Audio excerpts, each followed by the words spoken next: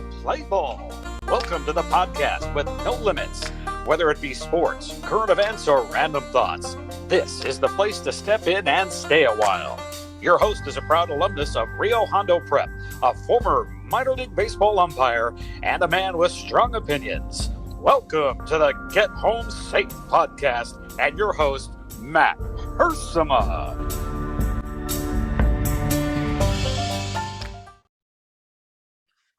Hey guys, and welcome to another episode of Get Home Safe. Happy Tuesday to you guys. Sorry, I had to check myself there. I was like, well, we're recording Monday, but Tuesday this is coming out. So happy start to your week, whenever it is. And of course, we are still broadcasting from SoFi Stadium in preparation for the Rams game here on YouTube. If you're watching, of course, but if not, we have our SoFi Stadium background still going for Super Bowl week here.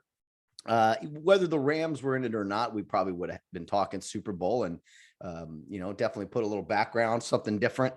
Played that song from the 80s there, Ram It, featuring the LA Rams music video. If you've never seen that, man, you want to laugh. That's a pretty good one. Kind of a lame song and everything, but lame it maybe instead of ram it. Just I'm picking on my own team because it's fun. So Super Bowl week is here. Last week kind of just went by. It was like, okay, just de-stressing, decompressing from that wild NFL Sunday, especially for the NFC game, just coming down emotionally, if you will. And it was really cool to just kind of relax and not worry about the game upcoming too much. That first week, I'm glad there's 2 weeks between the Super Bowl. My dad never liked it. He always called it the hype week, but I think it's good for the teams to get healthy. Again, prepare for the biggest game of their lives and just sort everything out. And, that first week in between the playoffs and the Super Bowl, the first week is kind of like, okay, cute little stories. Oh, all right, the Rams can do it. The Bengals can do it. Here's the uniforms they're going to wear in the stadium. All these little giving tickets away to people and stuff, some great stories. And then boom, week 2 hits and it's business time. The teams come into town.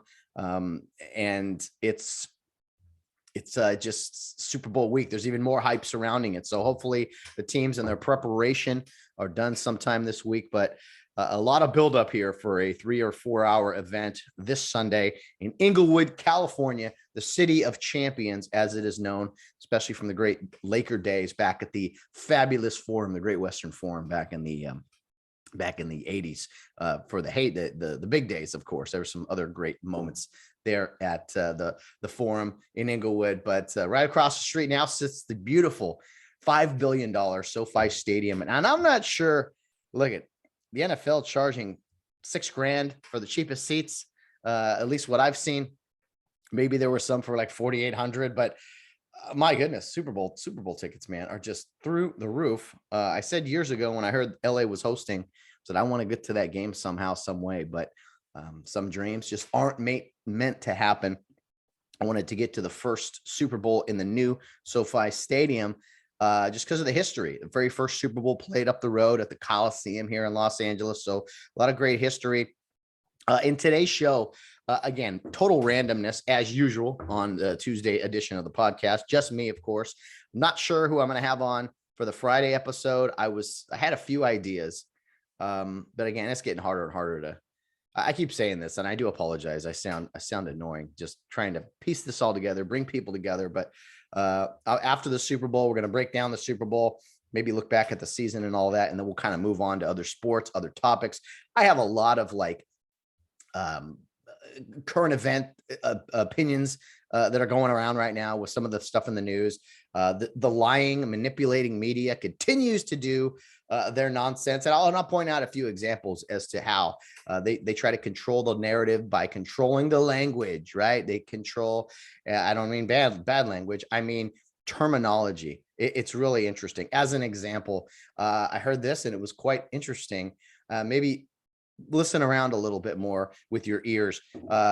Try to find these little patterns. I heard a former presidential candidate talking on a podcast, and he said, yeah, when it's a Republican, you hear them termed failed presidential candidate. But when it's a Democrat, generally you hear former presidential candidate. So just listen, and maybe some of the conservative outlets are guilty of it too, the other way. But we all know the media is mostly slanted heavily one side. And I found that interesting because I'm always curious about, language and just how something is said comes across.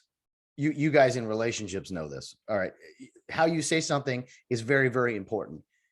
You can't get across the same message or whatever. So how you say something is very important. I think the media, I got to give them credit because they do a great job of it. They know how to kind of manipulate the masses, if you will. But anyway, I have a few more opinions that I will get into after the good stuff, after the football talk.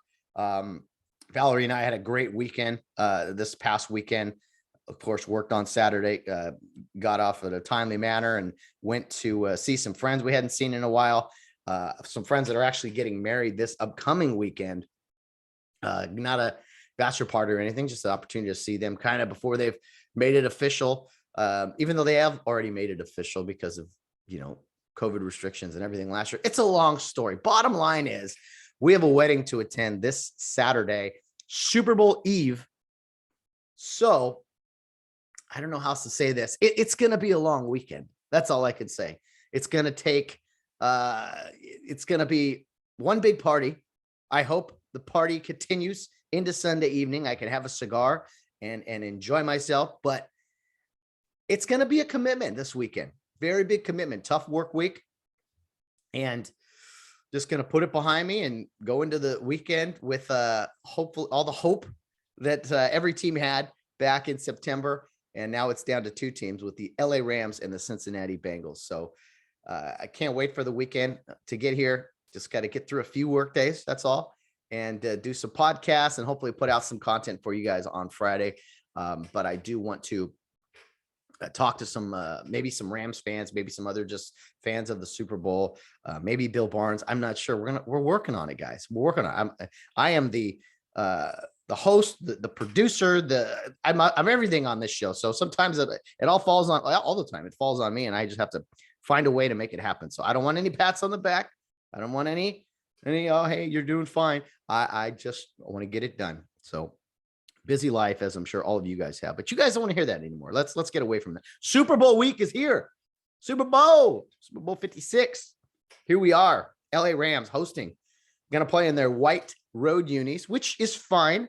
That is fine. Tampa Bay hosted last year, chose to wear their white unis at home. So it's the AFC choice this year. The Bengals rightfully took the home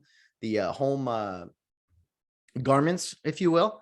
And the Rams will be in their white with yellow pants, which is cool because that was the uni combo they wore back in 2000 for the 99 season where they won their first Super Bowl against the St. Louis Rams, defeated the Tennessee Titans. And then it was also the same uni combo that they wore back in 1980 when they hosted the Pittsburgh Steelers in the Rose Bowl and led in the fourth quarter, but fell apart there at the end against a very talented Pittsburgh Steelers dynasty that was on the tail end of their great run. So a lot of history here, of course. The Rams wore the white and yellow at home already this year in the season opener against the Bears. So I don't think it'll look that weird. I did hear that they might be switching sidelines, and I have this thought. I have seen a lot of college baseball over the years, and I've been to regionals and super regionals where there's multiple teams there, and you have to flip a coin based who's the home team, and you put people in home dugouts, visiting dugouts. I'm just kind of like the host team. Okay, baseball, I get it. Maybe rotate who's the home team because the last at bats. But man, I know this is a neutral site technically, but if you get to the Super Bowl on your home venue, I think they're still getting their own locker room and everything. You should get your own sideline. I mean, I don't know. I know we're all in the age of fairness and equality and equity. But still, come on, man. If you get to the Super Bowl, it's just weird when you have to like go, cut corners to make sure everything is falls in line. So that's just me. It hasn't happened before with the home team getting to the Super Bowl in their home building in 54 of the first 54 first Super Bowls. And then it happened last year for the first time. And then ironically 2 years in a row. So go figure. That's just crazy. So anyway, I got to talk about the Super Bowl today, upcoming. I'm not going to give a prediction. You guys know who I think is going to win. I seriously do think the Rams will win, but that also scares me to death that a lot of people are picking the Rams and think they're going to win. And I hear some people talking about blowouts. I'm like, stop it. The Bengals beat the Chiefs. They beat Titans. They beat the Raiders. Like, stop it. They beat the Chiefs twice, by the way. So you don't know what you're going to see until that ball's kicked off. And the Bengals are so hungry for their first Super Bowl championship. I saw some amazing videos of Bengals fans celebrating winning the AFC championship. I mean, guys jumping in pools, guys crying, old men who were just in tears. I know the feeling. And I've been fortunate to see my Rams win a Super Bowl from afar in that weird St. Louis, Missouri place. It would be wonderful to see the Los Angeles Rams win a championship here for the city of Los Angeles, the city of angels. Maybe it's a time for the city of the Rams. I don't know. Okay. I want to talk about previous Super Bowl experiences with the Rams and the Bengals. And then also I have a top 10 list for you guys. Look at most people start eating healthier in like January. Not so much. And, I'm paying for it. It's time to get back on track here. But to me, the month of January with the football weekends, it's almost an extension of the holidays. And, where you make excuses for everything you eat in December and late November, Halloween with all the candy. Oh my goodness. It just keeps going. So I got a top 10 list for you guys of Super Bowl foods, like Super Bowl, if you had a choice, you'd like all these in the room with you. Maybe not all at once, but in my experience over the years, different Super Bowl parties and things, these are some of the items that always stuck out to me as like, oh yeah, we need that. And I remember our first Super Bowl as a family where we watched the Rams. We had the big spread. I mean, there was a chocolate cake there. My mom, I won't give anything away yet because I got to get to the list, but there's all kinds of good stuff. And we were like, yeah, this is a Super Bowl. We need it all. Let's get it all out there. So I got a top 10 list for you guys there. I have an opinion about Super Bowl locations. Let's start with that right now. Okay. We live in this East Coast bias world. We always have, unfortunately for them, the start times for big events are early out here for us on the West Coast because, they got to get to bed and everything. And it's unfortunate they have to watch games that start at like 8 or 9 o'clock at night. I've been over there for a few of those when I was traveling and stuff. It's really odd for growing up a West Coaster. We rotate around to different Super Bowls every year. And even looking back at the previous Super Bowl list here, I'm like, wow, they played one in the Pontiac Silverdome in Michigan. Why? Why would they do that? I remember a few years ago, they played one in Minnesota. They've played one in Detroit at the Ford Field there. That was Jerome Bettis's first, or his swan song going out with a Super Bowl championship. Who could forget the New York Super Bowl, technically New Jersey, with the Peyton Manning snap over the head and the Seattle Seahawks first Super Bowl win. There's been some rather cold East Coast venues. And even when the game is indoors, like Detroit or Minnesota, it's still like 10 degrees outside. And the Super Bowl is just this big event, this buildup, right? There's 2 weeks in between the last playoff game and this one. There is like that second week, as I mentioned, the teams come in. And, you kind of need a little decent weather. Like you just need it. And it's first week of February. It's still cold most places. And I know this is the opportunity to be a little elitist here, but I think the Super Bowl should be limited to a handful of locations, and it should just rotate all the time. It should always rotate. And sorry if rotate by, I mean, just like those 5 or 6 sites. And you know what? If I'm sorry, Philadelphia, you don't get to host a Super Bowl. I'm sorry. Who else is, Boston, you don't get to host a Super Bowl. Not that those places would, because I think there's a certain restriction or level. They have to have a certain amount of seats. And some of those stadiums don't have the seating. Like I know Nashville, I think is too small to host a Super Bowl, but that would be a great city host the Super Bowl for sure. So I don't remember what the restrictions are, but it is a certain amount of seats because they want to get as many people in there as they can, paying thousands of dollars per seat. I think luxury boxes are like over $1 million. So anyway, here's my proposal. And would anyone lose sleep over this if games were not played, in a time in these venues at least, and just kind of rotated? Okay, we know Los Angeles, the newest stadium, state of the art, maybe the best in the world right now. It's the hot spot. I've heard parking is a nightmare and all that, but as far as the experience inside, it's LA, great weather. All these places, for the most part, you're gonna have great weather. So Los Angeles, following the next three Super Bowls, including this year, are kind of on my list, and they're very West Coast. You got Arizona, in the Phoenix area, the greater Phoenix area, great venue there, not too cold.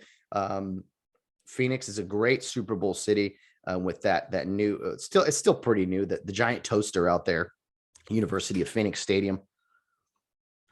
They got Westgate. It's a great open area. It's used to hosting a lot of people, like with spring training and things of that nature. So I think Phoenix is an excellent place for a Super Bowl.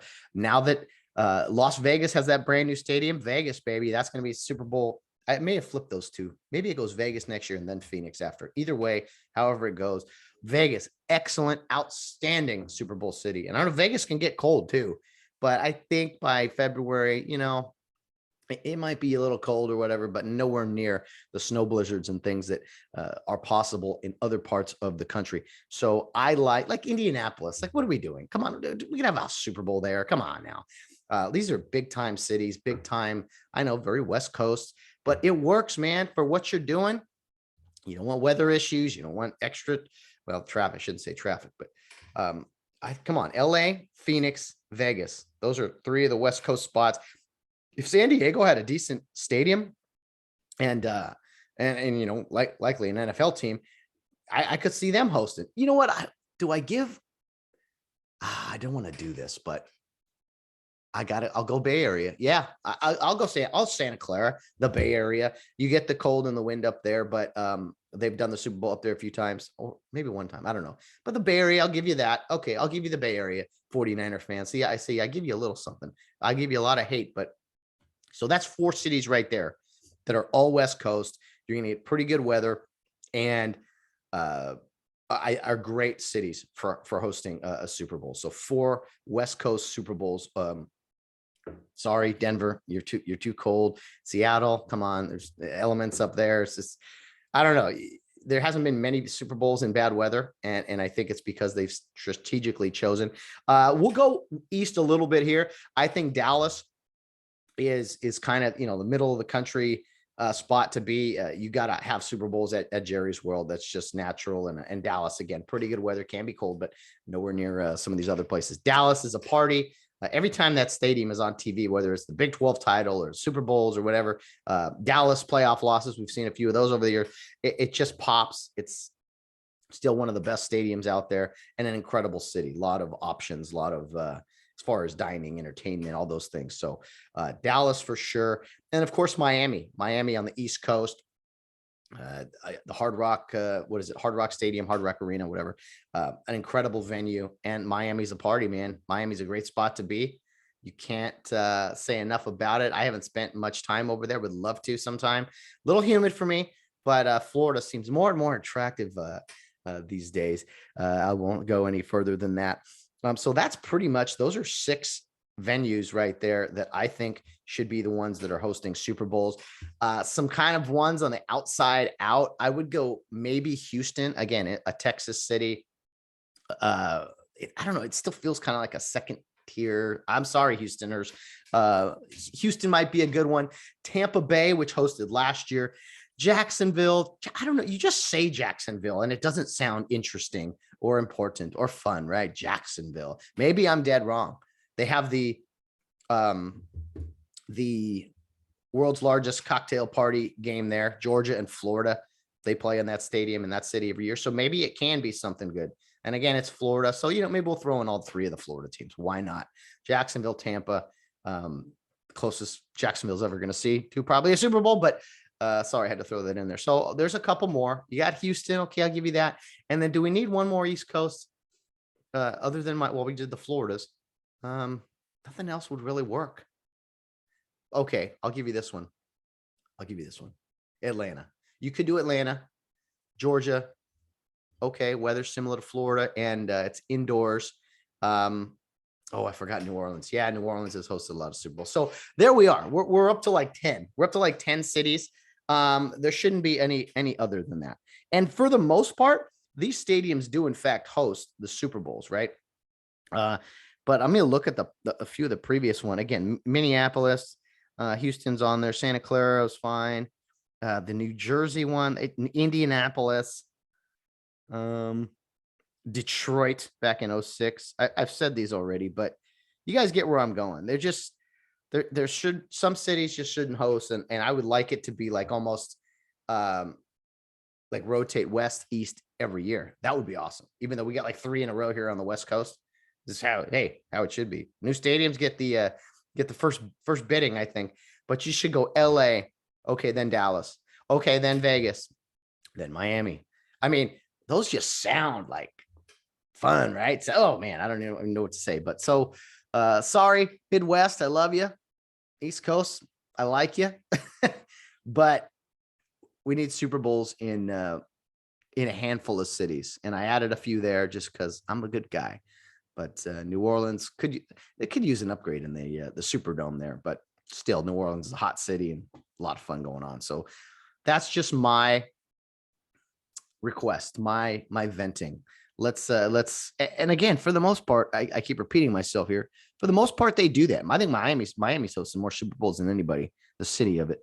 The Rose Bowl did a few times. Now they got SoFi. So I think for the most part, they know what's best. They know which cities to go to.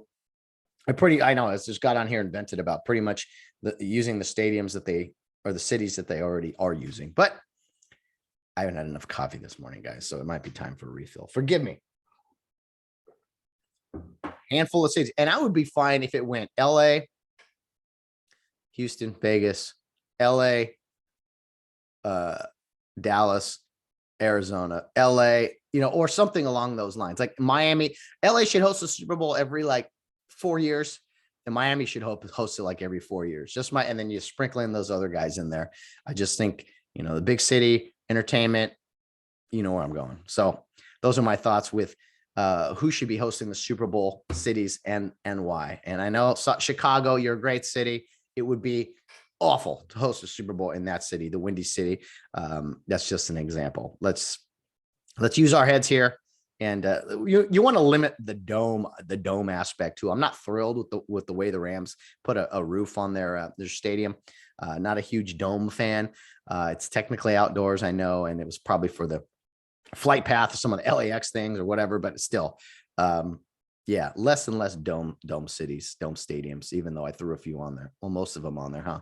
Vegas, Arizona, Houston, Dallas. Okay, my argument's out the window. I've done this repeated other times where I've said something and I'm like, oh, never mind. You just totally contradicted yourself. Anyway, it's time for some more coffee. Give me a break. Oh, can't get enough of that stuff on a Monday morning. That is for sure. Good stuff. Where was I? Okay, so we talked about the venues. Now, let's talk briefly about the Bengals and the Rams upcoming. Their previous experiences in Super Bowls, we all know it was 31 years between Bengal playoff wins, and then they pieced together 3 in a row here in 2022. We got to look back at them being in the Super Bowl twice in the 80s. And what do you guys do? Like the Rams won the Super Bowl in 2000, but they are the 99 Rams. Because the banner hung is like 99 or 2000. So it gets a little confusing here at times, but it was the 81 Bengals that advanced to the Super Bowl, which was then played in 1982 and January the following month. Both times the Bengals played those dreaded San Francisco 49ers, and both times they played them in 1982 and 1989. They fell just short. Very close games, one score ball games, pretty low scoring for the most part. actual football games, which is nice. But in the first matchup with the 49ers back in 82, they lost 26-21. And I believe, let me see here, that was Elway's John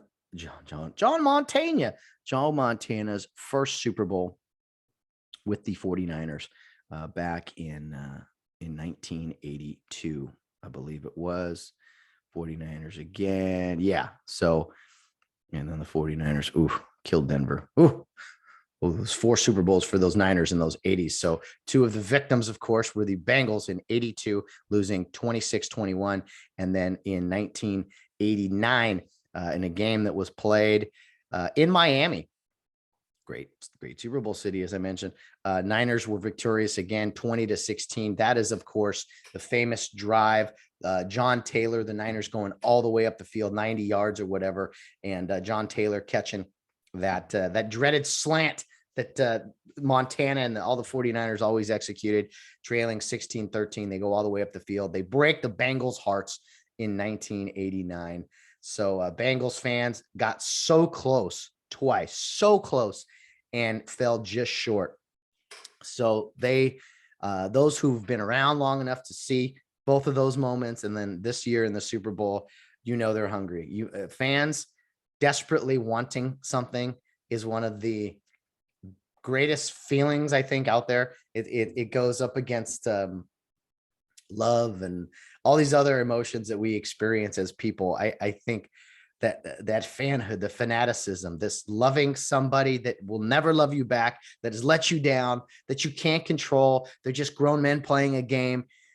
There's something weird about it, but there's also something really, really special about it. So the Bengals fans, if my Rams weren't in it, I'd probably be pulling for you, just for the city of Cincinnati to bring home a championship. But I, of course, want my Rams to bring home Los Angeles a championship. And I talked about last week the Rams possibly not taking over the city, but there's starting to be this transition. You start to see more and more. I think people have bought in. People who maybe didn't have a team, people who are frustrated with their team, whatever, have kind of bought in. Like, okay, the LA Rams, like, yeah, this might be for me. So all are welcome. All are welcome on board. It's not too late. Not too late at all. You're welcome to join LA's first professional team, and they'll welcome you with open arms. Happy fanhood over here. The Ram fanhood is special in a lot of ways. Special needs, maybe. No, I don't know. I'm kidding. Don't get me canceled. Is that still a thing? All right.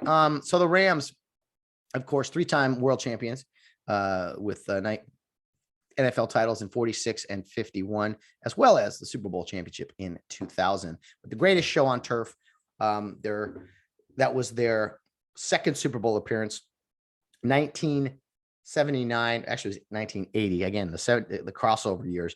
It was the Rams hosting the Pittsburgh Steelers in 1980, the very end of their dynasty. And the Rams played it in the Rose Bowl. Jack Youngblood started the game with a broken leg, which is just like beyond me. Like, what? His name speaks for it all. His name speaks for him, Jack Youngblood. But the Rams lost to the Steelers in the Rose Bowl, 1980. You thought maybe they'd get back. It wasn't until 1989, I think, where the Rams upset the New York Giants in the Meadowlands and then lost to the 49ers in the NFC Championship game. They got close there, but it wasn't until the 99th season, after a disaster in the preseason with Trent Green going down, the new quarterback for the Rams was going to take them to the next level. He gets injured in the preseason, tears his ACL, and this guy named Kurt Warner comes in, and they rallied around him, went 13-3, were the number 1 seed in the NFC, beat the Vikings in a shootout, then beat the Tampa Bay Bucks in a bloodbath, a body bag game, 11-6. Yes, that was the real score. 1 touchdown scored in the game. Ricky Proehl, God bless him, sent the Rams to Super Bowl 34. And then they played another very physical game with the Tennessee Titans, who had beaten them earlier that year. And it was the Rams who came out on top. They were winning 16-0. And settled for a lot of field goals in this game. I remember getting in the red zone and just in enemy territory, couldn't quite get over the hump, but had one touchdown going into at halftime. They're up 16-0. And it was Jeff Fisher, former Rams coach, who rallied his Tennessee Titans that day to tie the game at 16. And then it was Isaac Bruce catching a 80-yard pass, 75-yard pass from Kurt Warner for the game winner. And then Mike Jones making the most famous tackle in Super Bowl history, stopping Kevin Dyson on the 1-yard line, as Steve McNair had really rallied that team. Rest in peace, Steve McNair, one of the true competitors of our time. Tennessee gets 1 yard short. The Rams, ironically, their defense wins the game for them after all these great moments on offense that year to win their first Super Bowl. First time I hugged my dad. No, not the first time, but one of those big moments. So I'm hoping there's another hug here in a few days with the Hersema men. But Rams won that Super Bowl. Life is good. Life is great. Dick Vermeil retires. The Rams go on 2 years later, are heavy favorites in Super Bowl 36, lose to this guy named Tom Brady, his first of 7 Super Bowl championships, first of 10 Super Bowl appearances. And that was a heartbreaker. That was a tough one for me. The Rams were like double-digit favorites in the game. New England just beat the snot out of them for 4 quarters. And the Rams rallied late. Again, Ricky Prohl catches a touchdown late to tie it. And then Tom Brady does what Tom Brady did and went up the field and beat the Rams on a walk-off field goal. Adam Vinatieri. And that was a tough moment because my genius self, I invited a bunch of my friends over who I then realized were rooting against my team. So never again, never again will that happen. And me and my dad watched the 4th quarter in our garage in this little TV to get away from everybody. And as soon as that kick went through, all these high school boys come storming into the garage to make fun of me. And I'm going, oh, I don't like this at all. So I got both moments in a matter of 2 years of a Super Bowl championship and then a last second Super Bowl loss. And at the time you're like, okay, the Rams will be back. Everybody, I think any team that loses a Super Bowl feels that way. Okay, we'll be back next year. They'll be back. The players is like, oh, we'll do it. The Dodgers were famous for that, right? Back in the day. Wait till next year. But things happen. There's all these changes and free agency, and it's tough to get back. I mean, you're seeing it. The Chiefs, right, fell short this year of getting to their 3rd straight Super Bowl. The favorites in Green Bay haven't got to a Super Bowl in a long time. Dallas, we keep talking about them. They're pretenders, but it's very, very difficult. So you got to embrace it while it's here. And I thought the Rams would be back in a Super Bowl after that loss to the Patriots. And of course the Patriots went on their run of 3 and 4 years. And then, 7 in the last, whatever that was. Rams get to the Super Bowl again in 2018 season. And they got to go back against that guy, Tom Brady again. And he wins his 6th Super Bowl with New England and beats the Rams again in an ugly game, 13-3. And again, you thought, okay, they got there. This was a step. The Rams will get back. And now they are back in their home stadium with an opportunity of a lifetime. And can they win over the city? I think I heard a podcast. A guy was talking about how you kind of win people over. You win people over by being attractive, right? Your style of play. It could be your stadium. Always got to be competitive, right? Because you have those things and nothing else, then it's worthless. So win people over to win back some fans maybe who you had before, or even to win over some new fans, you got to win. And not just win games, but win playoff games. And then not just get to Super Bowls, but win Super Bowls. So I am confident sitting here that this Rams team will be back in a Super Bowl. I hope in my lifetime, well, in this time that they're in, right, with Stafford and Aaron Donald, I would think those guys could get back to another one, but there's no guarantees. So you got to enjoy this one now and get to it, get to that victory, because I don't know if I can deal with another Super Bowl. I just don't know. And I know a lot of people out there are like, well, at least your team is in it. You got the opportunity. Yeah, that's always great. I remember hearing that as a kid. At least you guys got to the championship game. We didn't lose many championship games, by the way. But when you did get there, it is special and meaningful to get there. The Buffalo Bills, 4 straight Super Bowl appearances.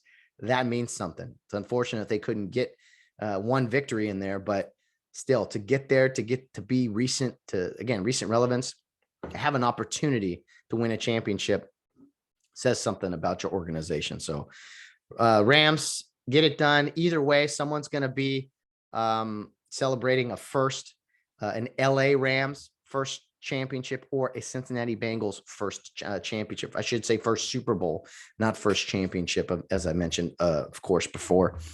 St. Louis Rams have won the Super Bowl, but not the LA Rams. So here we are. The game is upon us. Now I can't wait. Now I start to get nervous. Last week I was happy, enjoying myself. Oh, okay, everything's good.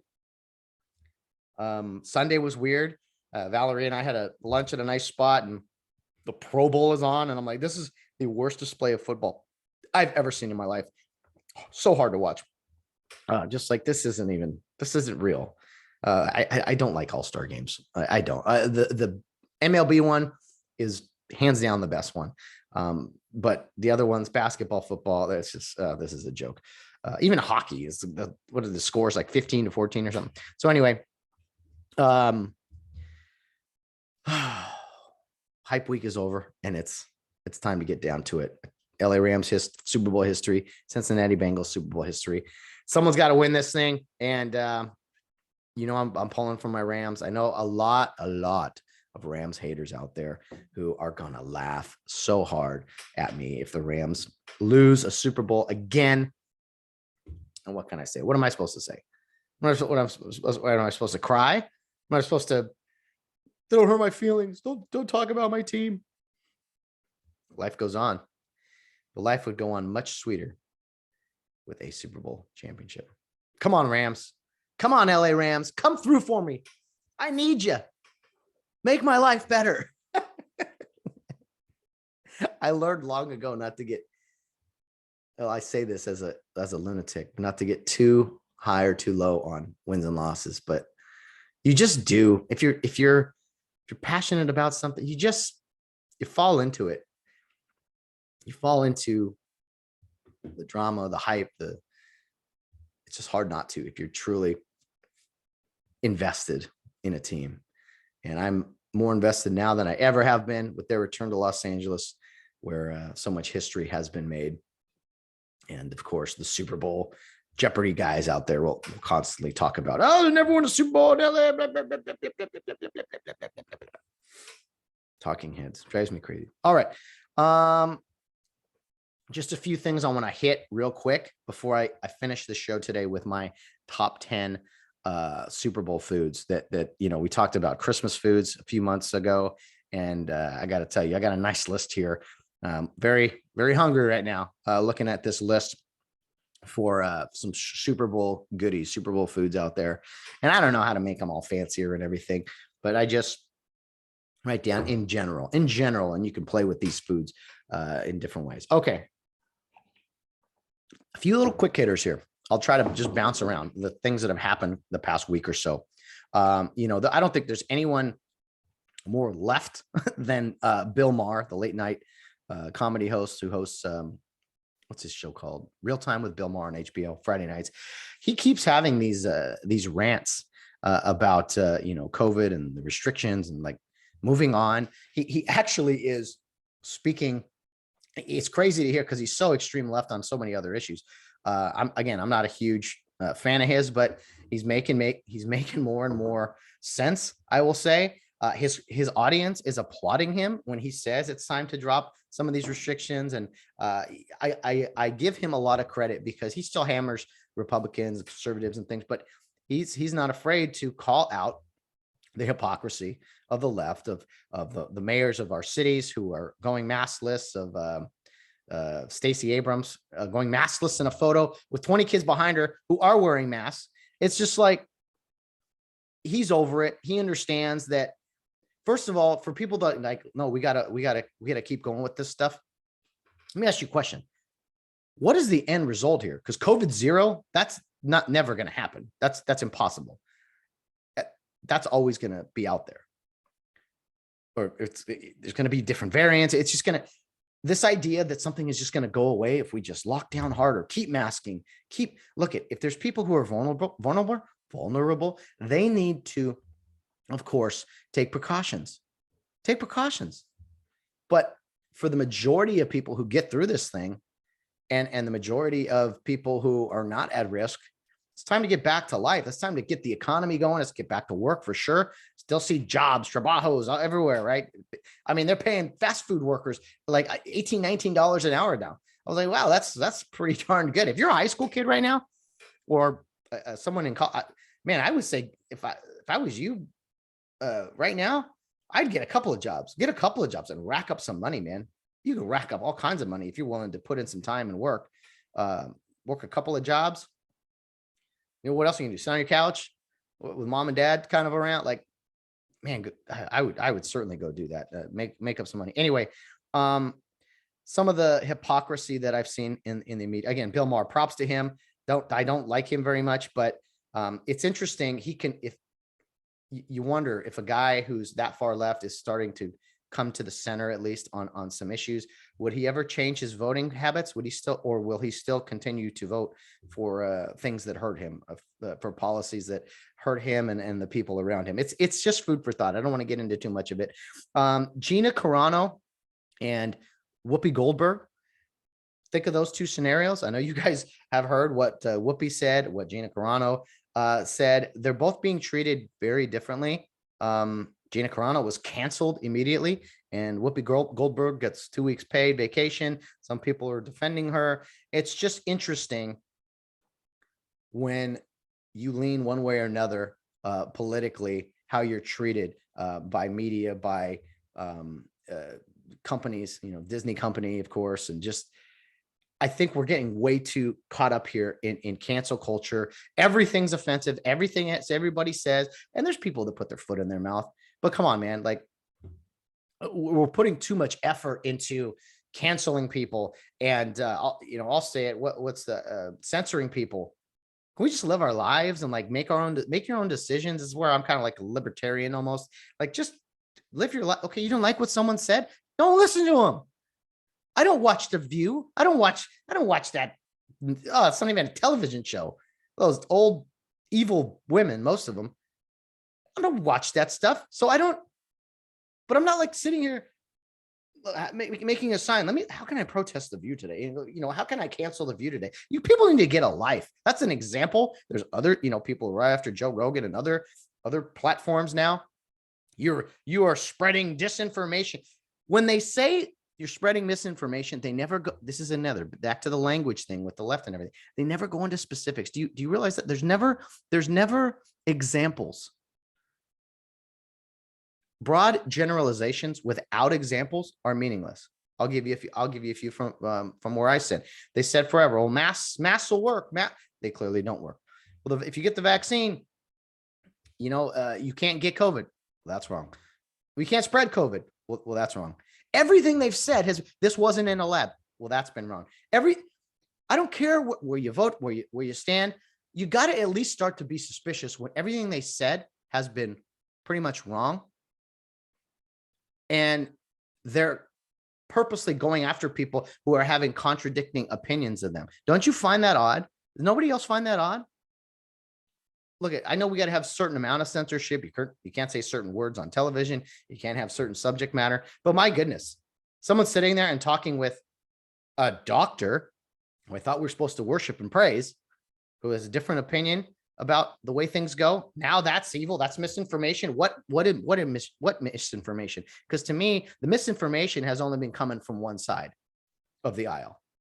One side of the, some people demand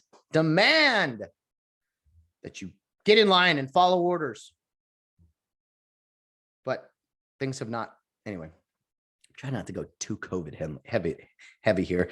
I think everyone's over it and ready to move on. And there's a certain amount of people who are like, well, people are dying. Yes, people are dying. People are dying. Okay. And there's a lot more people dying from other things as a result of our lockdown, suicides, depression, all these things. You got to make your decision, what's best for you, your family, and live your life. And if you want to stay indoors and disinfect your groceries and wear a mask, well, that's your freedom to do so. You want to take 4 vaccines? Go ahead. There's no, do you? But here's my other thing, mask thing. Let's go into this real quick. This has been said repeatedly, but I got to say it now. This love affair with other people wearing their masks. And again, I'm going to be honest with you guys. I comply. I go through the motions. I play the theater that is wear a mask as you enter a restaurant and then take it off when you sit down because you're safe. It's not so much being safe when you're seating. It's a lot of these things you have to do just because, they post the signs. CDC require, people are trying to stay in business. I get it. But anyway, if masks work, if they work, why do you care if the person next to you is wearing one, if you're wearing one? Why? If your mask works and protects you, well, I want them to protect the person who's not also wearing a mask or is wearing a mask. We have to start thinking clearly here. Which one is it? If masks work, oh, that's fine. If there's science behind that, okay, fine. But in the recent studies, the CDC says 75% of deaths of the vaccinated were with people of at least 4 comorbidities, is the term. Other underlying health conditions, a lot of people older. I have sympathy for everyone. Look at my mom passed away at an early age. I lost my grandparents. I mean, I think it's awful if someone dies of this illness, this virus. But I think it has less to do with the virus and other issues in general, for the most part, for 90+% of us. What was I going to say? Did lockdowns work? Who was the study? I'm so sorry. Should have had this. I like having information ready beforehand. Johns Hopkins, that study that came out talking about how much lockdowns worked or not. But again, the mask thing. I don't like that Garcetti and Newsom and London Breed didn't, we're at the game 2 weeks ago here in LA, not wearing masks. It's very hypocritical, but it's more than that. It's just that they're not afraid of the thing. And Garcetti saying, "Oh, I held my breath during the photo." I got some words that I want to tell you that I'm not going to say on this podcast. That should tell you that's a lot. That is such. The moment those words came out of his mouth, I said, okay, we all need to be done with this. Whether you are the leftist Democrat on the planet, you have to see through this stuff. He literally said, I held my breath during the photo without my mask, so I was safe. When you start to run out of lies, they start to sound more and more ridiculous. So we have to stop this stuff. If you want to wear a mask, I got no issue with. Wear a mask, do it. But don't tell me that by wearing a mask, what it is it's control. It's getting everyone to do it, because then other people might not do it. And then it's like, God bless the Canada truckers. I know they're being painted as like terrorists and Nazis and this and that. But I think, again, media coverage is everything.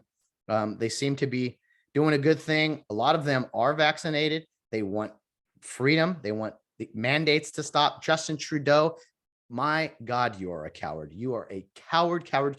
You are a scared leader. You are the most scared leader I've ever seen in my entire life. Talking about the views of the Canadian truckers, and they can't have these views. Why don't you go paint some more blackface on yourself? That or take you painted blackface on yourself years ago, and then you go take knees with the BLM protests, but the trucker peaceful protests, no, they're the evil ones.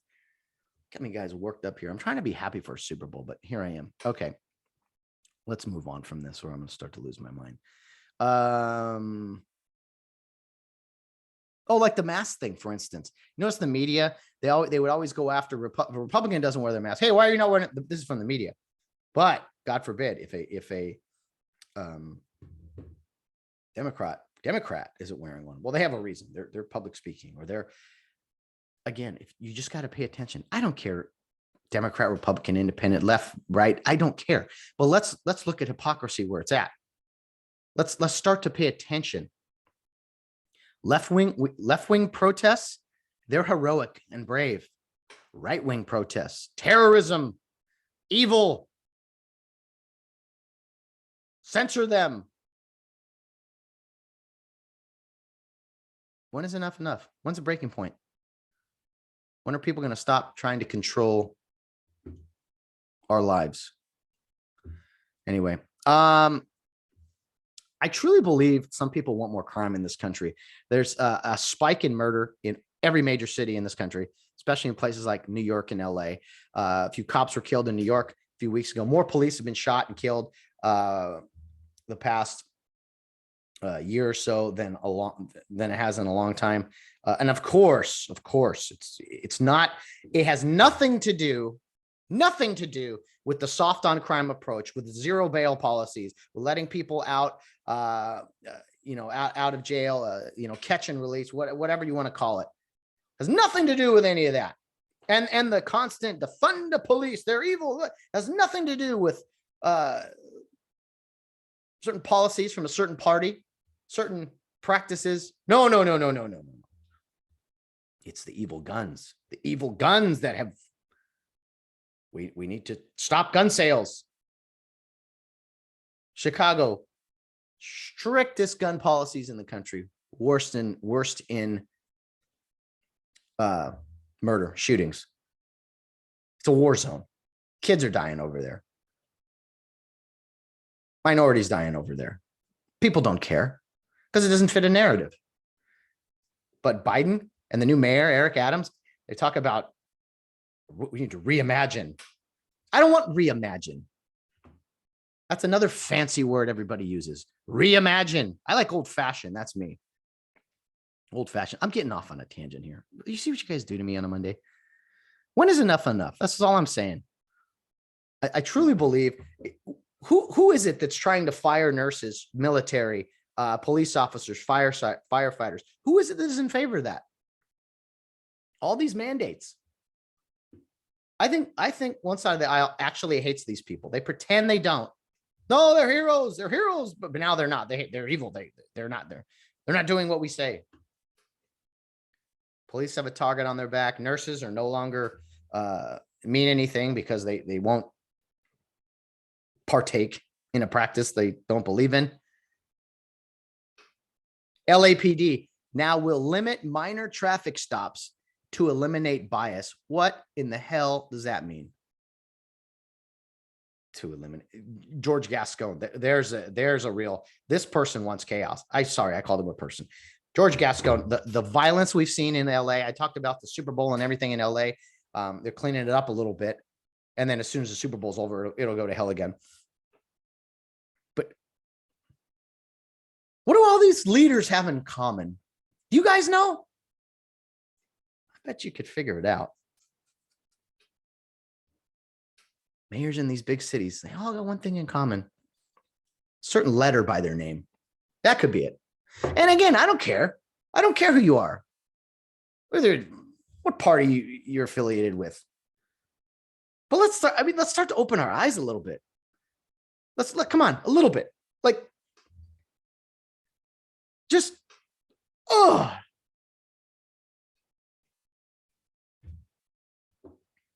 no, it's nothing to do with the soft on crime approach we need.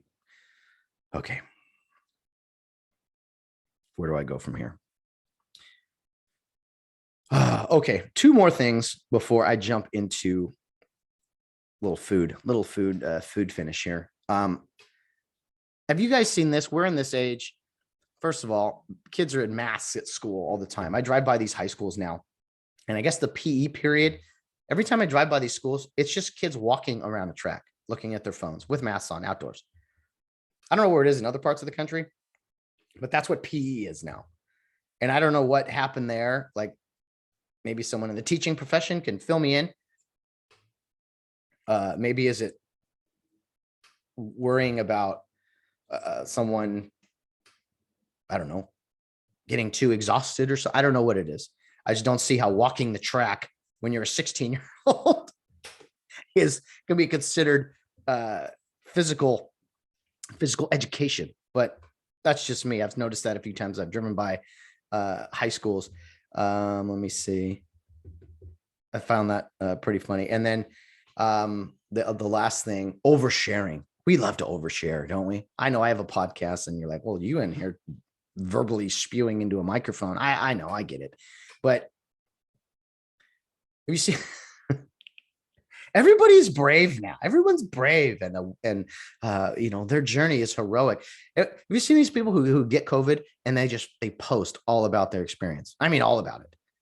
And it's not someone talking to them about their experience. It's like them showing themselves bunkered in a room. Here's what I'm doing. I miss the old days when people like get sick and like keep it to themselves and just kind of, all right, stay in bed a few days and hopefully get better. But now it's this big, like, we have to share with the world and like, here's my truth. Here's my story. Maybe I need to start bringing people on to talk to, because I just feel like I vent to you guys and I'm this extremist. I'm crazy. I'm the crazy one. Matt, you got to adapt. It's 2022. Go on Instagram, go on Facebook. These are poisonous sites too. I know I shouldn't go on them, but yeah, you just see people like documenting for their COVID documentary. Here's how I struggled through this. I'm going to survive this. Okay. Guys, one more time for the people in the back of the room yelling at me. I try not to make a mockery of this stuff. I know people have died. But when I see, especially young people, young, healthy people doing this stuff, like, what are you doing? What are we doing? We need better hobbies or something. All right, I've talked long enough. You guys don't care. You guys have probably turned this off now. Let's get to the top 10 Super Bowl foods to look forward to this weekend. I'm going to put them in a 10 order, but you guys can do whatever you want with it. Let me tell you the how and why of the Super Bowl top 10 food list. All right, at number 10, chips and salsa and guac. You got to have that out. You got to have a mild and a medium and a hot sauce, right? Queso's really good too. I'll throw that in there. But you got to have the guac. Valerie makes incredible guacamole. Good guac is just, there's lots of it, and it's perfect for kind of when you're munching while you're having a beverage or playing catch out in the backyard or something, warming up for the game, just kind of starting the conversations off with some chips and guac, chips and salsa. Ooh, money. At number 9, meatballs. Look at these, can be sweet meatballs. These can be Italian with like a heavy sauce on them, but you throw some in a crock pot, you throw them on a plate with some what are these called? My goodness, toothpicks and everything. Woo! Just a nice little something, little meat, like get you going. You don't want to get too much bread or whatever, too many carbs. Meatballs, man. You'll eat a lot of them just because they're so small, they're so simple. You can spice them up, make them look nicer or whatever. But meatballs, way to go for Super Bowl appetizers, if you will. I said here at number 8, I said cheese sticks, like mozzarella sticks would be good. Who is it? The TGA Fridays, I think, has like a frozen food section cheese stick kind of thing. One thing Valerie has done in recent games is she has like these cupcake trays that she'll like fry cheese in. I know you guys can tell by looking at me, you're like, all right, Matt, it's time to make some better decisions. But we're talking football and food here. So any type of cheese stick, fried cheese, it's always, you can't go wrong there. Always money. And no matter how you do it, what are those called in like the Midwest?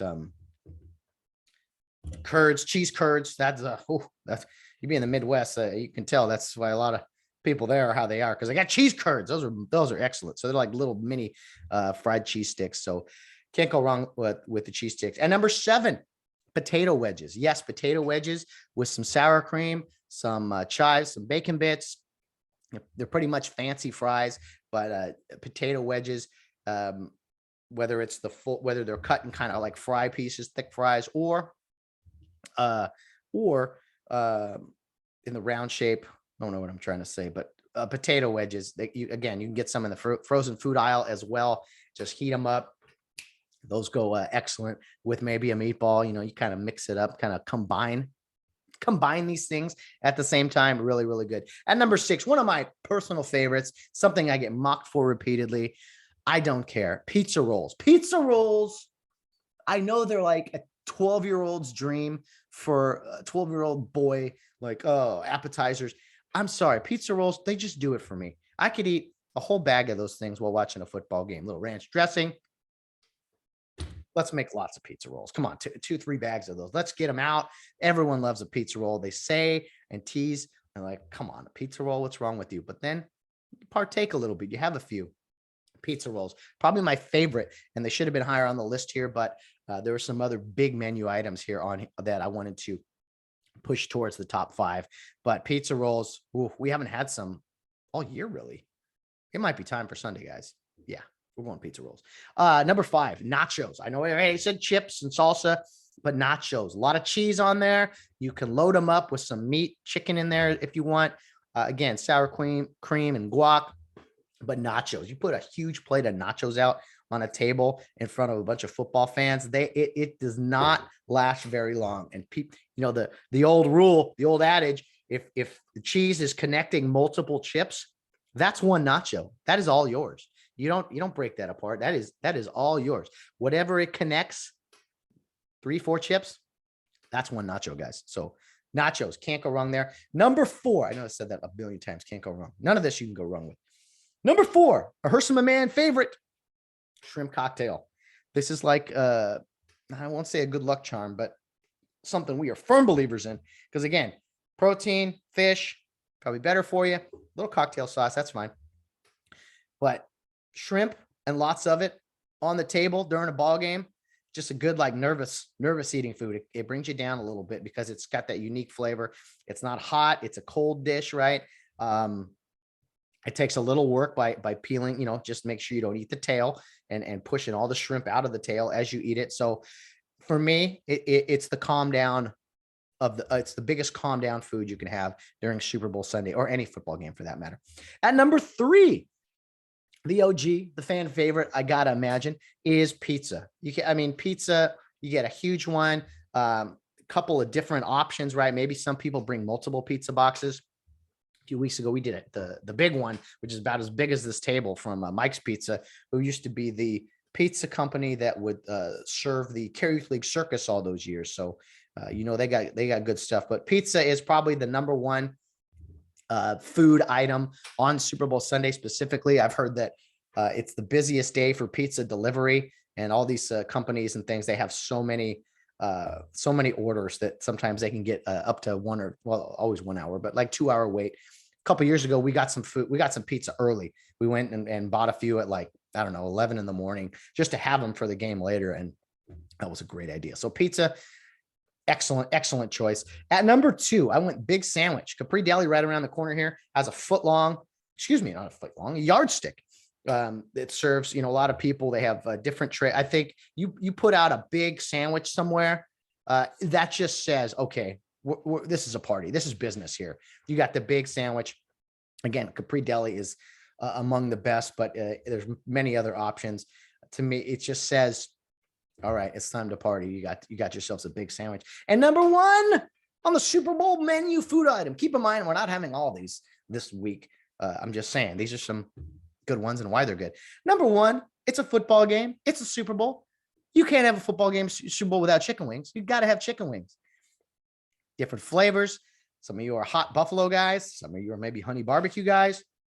Some of you are, lemon, Parmesan. Wingstop is great. We've gotten a few good chicken wing. Again, frozen food aisle. It's kind of got all this stuff, which isn't great for you, but none of this stuff's great for you. Anyway, a lot of good stuff. A lot of good options there. Chicken wings for the Super Bowl. Those are just my thoughts on a menu, really. An all-time football Super Bowl menu that I think hopefully you guys enjoyed and can maybe comment on. Maybe you guys have some of your favorite items that you guys have every Super Bowl or whatever. I'd be curious to hear. So any topics, any comments, you want to send in a prediction, I don't care. Send me your thoughts, guys. I'm always enjoy interaction with the fans. Haven't had much of it here since the Real Hondo Prep football season ended, but I do miss hearing from you guys. So shoot me an email, gethomesafepodcast@yahoo.com, or reach out to the various social media platforms that you guys are well aware of. If you haven't done so already, give us a rating and a review of the podcast, whether on YouTube or Apple, Spotify, wherever you listen. That will definitely help keep things in motion here. And again, I don't know who's going to be on the show on Friday. I might have a couple people. Maybe it'll just be me. I don't know. I am trying to piece this together. It is only Monday, at least for me, Tuesday for you guys listening to this. I'll try to put something together here and keep you posted through social media. Always keep an eye out on Facebook, Instagram, Twitter, however you follow us. We will always have more information there. It's the U.S. Olympics. It's the Olympics right now. A lot of mixed emotions going on about should we watch, should we not watch? Again, Robbie Burns, the snowboarder we had on a few weeks ago, keep an eye out for him as he is competing for the first time in the Olympics. Couldn't be prouder of him. So keep an eye out for Robbie Burns on the snowboarding. What would that be? Slopes? Are they the slopes? Snow slopes? I don't know what the terms are. I'll be watching the USA hockey team a time or two here, but other than that, Winter Olympics aren't all exciting for me, but I will tune in to check out Robbie Burns and, of course, the U.S. hockey team, men's and women's. So those are just a few items here for the future. But guys, thanks for joining me today. I know Mondays, Tuesdays, they're a little different show, but I do see how many of you guys listen, and I appreciate those that do, are continued loyal people to the podcast. And I know I went off on a tangent today. I'm not trying to offend anybody, but it feels like everyone's offended these days, just with everything. So I got to speak my mind sometimes. And I know I was vague and didn't get into it too much, but maybe I will in the future. But until then, guys, enjoy your week. Super Bowl week is here. All the different storylines, the hype, the randomness that is LA versus Cincinnati, Super Bowl 56 here in Inglewood, California. I can't think of a better week and a better ending to the NFL season than a Rams victory in Super Bowl 56. Praying, hoping, but I also understand there's another good team across the field. So guys, enjoy the week, enjoy the Super Bowl, enjoy your food shopping for the Super Bowl now that you have your top 10 list of good foods to enjoy during the big game. And guys, as always, no matter what you're doing, whether you're out on the town or around in third base, get home safe.